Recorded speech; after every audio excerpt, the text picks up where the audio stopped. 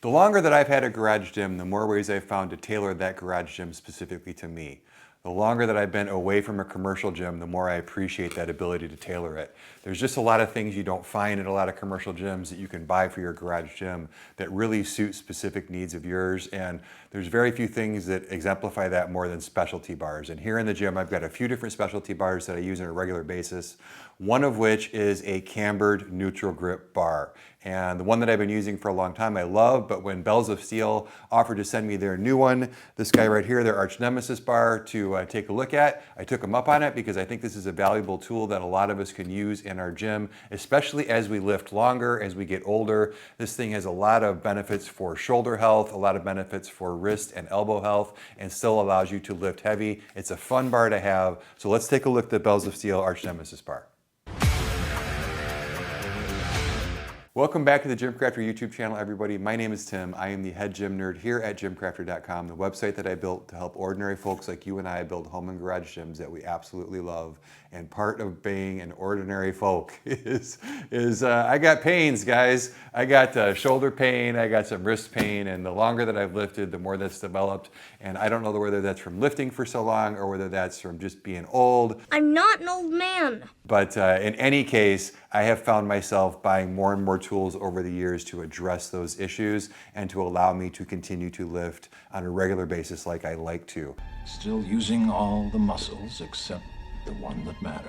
And one of the biggest game changers for doing that is learning to lift with a specialty bar that allows your wrists and your arms to be in a more natural position when lifting.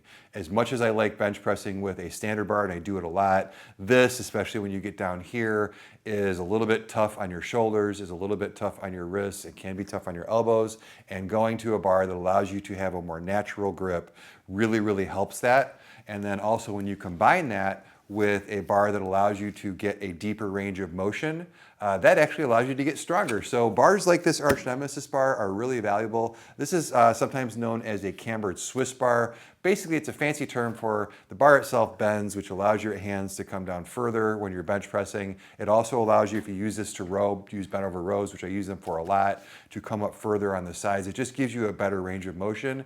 And in that better range of motion, the more these hands get close to your side, the more uncomfortable it is for them to be in a standard barbell position. So having the neutral grips. And then while you're at it, you might as well add a range of them so that you can do wide grip, close grip. So not only does this help your health, not only does this provide a wider range of motion, but it's a very, very, very versatile bar, and it's a type of bar that I've had in the gym for a long time. And when people ask me, hey, you know, I've got a couple of barbells already, what else do I add? I typically recommend 3 specialty bars in no particular order: a safety squat bar, an open trap bar, and some type of a cambered Swiss bar. And those are the 3 that I think everybody should look at. So let's get this bad boy opened up to take a look at it because I'm excited. There's a couple of things that I know I'm going to like about it already, and there's actually a couple of things I know that I'm going to point out that I don't like about it. But first of all, kudos to Bells of Steel. I've noticed this a lot, and I've mentioned this in previous videos, that a lot of times the Bells of Steel boxes show up like somebody ran over them with a school bus, and this one is in really good condition. So I'm expecting the bar inside to also be in really good condition, so it's always a good day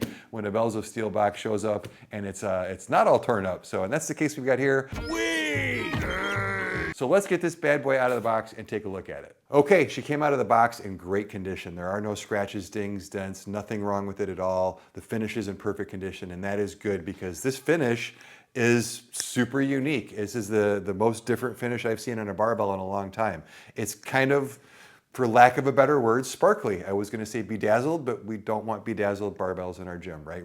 Sparkly might be okay. It's actually just kind of like a metal flake. It's black, and when the light hits it, it's got these silver little specks. I'll try and get some pictures up on the video so that you can really see what this looks like. I actually kind of dig it. It's pretty cool. I can see this being a little bit of a polarizing finish where some people will not like a sparkly barbell and want it more of a matte black. I can see other people really, really liking this finish, but this is a unique finish. One of the cool things about Bells of Steel is Kayvon over there is always trying new and different things to see what works and what doesn't, and I'm guessing that's probably where this finish came from. Now, I'm not sure how that finish is gonna hold up on the sleeves as you load weights on and off. I'm not sure if it's gonna scratch real easily or not. So the way that this bar is built, like a lot of these bars, is this is not built like a standard barbell. This is hollow tubing so that gives you a couple of things that you want to be aware of. So first of all, it's nice that they use standard diameter tubing that matches an Olympic barbell, and that means you can use your regular collars. A lot of times what happens is you'll buy a bar like this and they'll use what's called axle stock,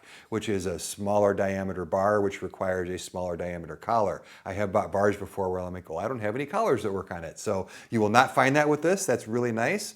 The other part of that is that these are hollow. So this is a 24-pound bar. So when you're looking at it, it's not like a normal 45-pound barbell. So that's going to be good and bad in several situations. So for those of you out there who don't like to change your math around. What, you don't have any more math you'd like to do?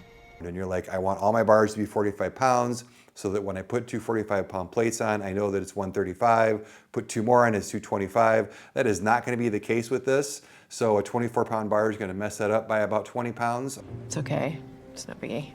But just be aware, 24 pounds, not 45 pounds. Now, another plus of that is, at least for some people, there is a little eye hook up here, and they design these bars so that you can use them as a neutral grip cable attachment for pull downs and for rows and things like that. And while this will work for that, I gotta be honest, guys, this is my least favorite cable attachment. Period. I've got several bars like that where they allow you to do this, and just to be real honest, something this wide does not make a good cable attachment. You've got to have all this extra room in your gym.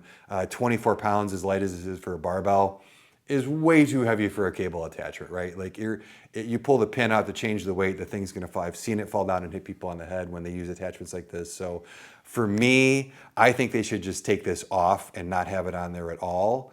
But I realize why it's on there. So for those of you who also want to use it for a cable attachment because you're really trying to condense all of your gear down into one thing, that's nice because this is at the time I'm recording this video, it's a $219 barbell. Make sure you check the link below. That is an affiliate link. So if you decide to purchase this nice sparkly bar because of this review, please use that link. It helps me out. It helps Bells of Steel know to continue to send me things like this. And they did send this to me at no charge for a review. So I appreciate them doing that. But for 219 bucks, you get something that's a nice neutral grip bar. You can do presses, rows, overhead pressing works pretty well with it, although it's a little bit thick for that.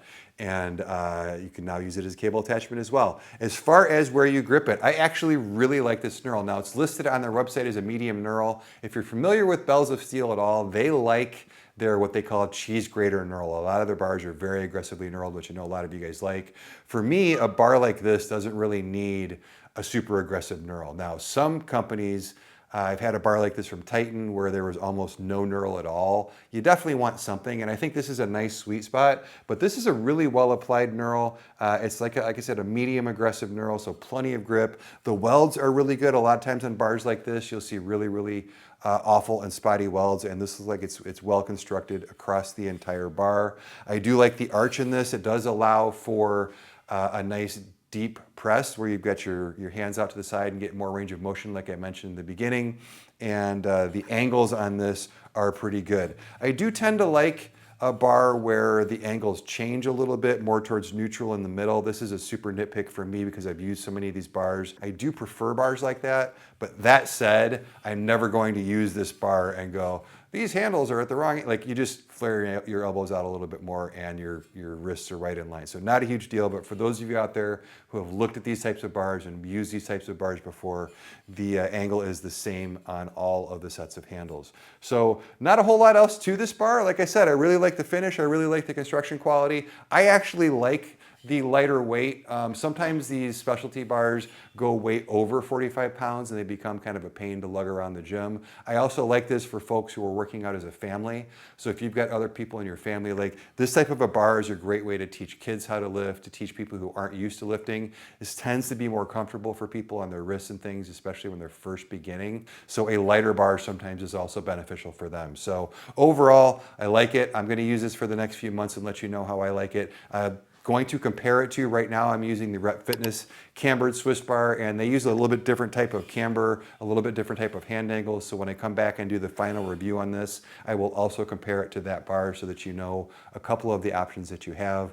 If in the meantime you have questions, drop them down in the comment section. I am happy to answer anything that you have while I've got this bar and I'm testing it. And until the next review, until the next unboxing, podcast, ridiculously detailed reviews, which I've got more coming out soon, I'm Tim from GymCrafter.